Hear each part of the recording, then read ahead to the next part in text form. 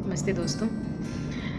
मेरा नाम सुमन है और मैं ब्रेस्ट कैंसर सर्वाइवर हूँ। मैं आज आपसे कैंसर के बाद से जो कीमो की ट्रीटमेंट होती है, जो दवाइयाँ चलती हैं और उसके जो साइड इफ़ेक्ट्स होते हैं, उसके बारे में आपसे बातें करने आई हूँ। जो मेरे साथ बीती, आप बीती, उसके बारे में मैं आपसे कुछ चीज़ें शेयर करना चाहती हूँ या बताना चाहती हूँ। जनवरी 2023 फर्स्ट कीमो मुझे चढ़ा था, जिसके लिए मुझे हरियाणा एम्स झज्जर इंस्टीट्यूट है, कैंसर इंस्टीट्यूट है ये, वहाँ जाना पड़ता था। फर्स्ट कीमो चढ़ने का जब टाइम आया तो उसके उसी महीने 26 जनवरी को मेरे बेटे का बर्थडे भी था। मैं कीमो चढ़ाने के लिए गई। कीमो के तीन दिन तक मुझे ऑब्जर्वेशन में रखा जाता था, क्योंकि पेशेंट को ऑब्जर्वेशन में इसलिए रखा जाता है क्योंकि फ़ीवर नहीं चढ़ने दिया जाता है।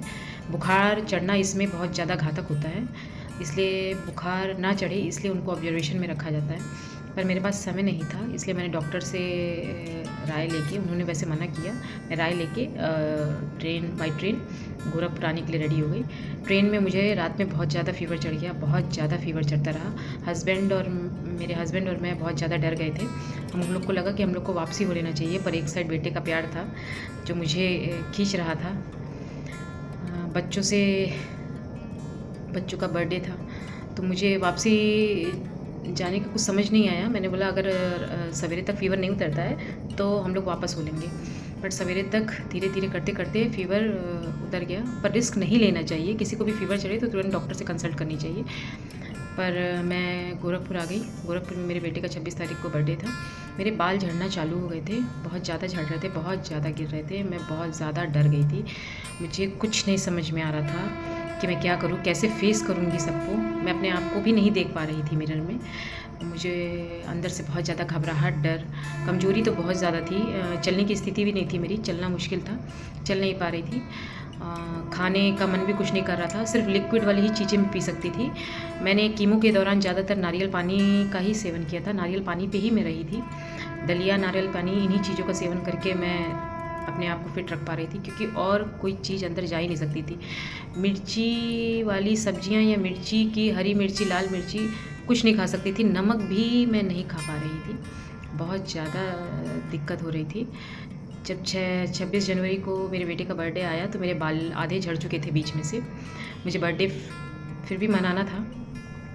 मैं क्लचर के द्वारा, एक पिन के द्वारा अपने बालों को, जो भी उसमें टूटे फूटे बाल थे, जो भी हल्के फुल्के बाल मेरे सर पे रह गए थे, उनको मैंने क्लचर के द्वारा पैक करके, क्लचर के द्वारा दबा के उसको मैंने उसका बर्थडे सेलिब्रेट किया। उसके बाद से मेरे बाल, उसके दूसरे दिन ही मैंने कॉम्ब किया, मेरे सब बाल मेरे हाथ में आ गए थे।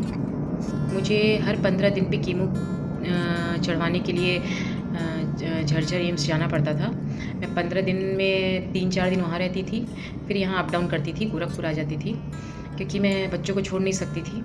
मुझे बच्चों का भी ध्यान रखना था, मेरे 2 छोटे छोटे बच्चे हैं और इस वजह से मुझे अप डाउन बहुत ज़्यादा करना पड़ रहा था। स्थिति बहुत ज़्यादा दयनीय थी। चलने में, बोलने में मैं बोल भी नहीं पाती थी।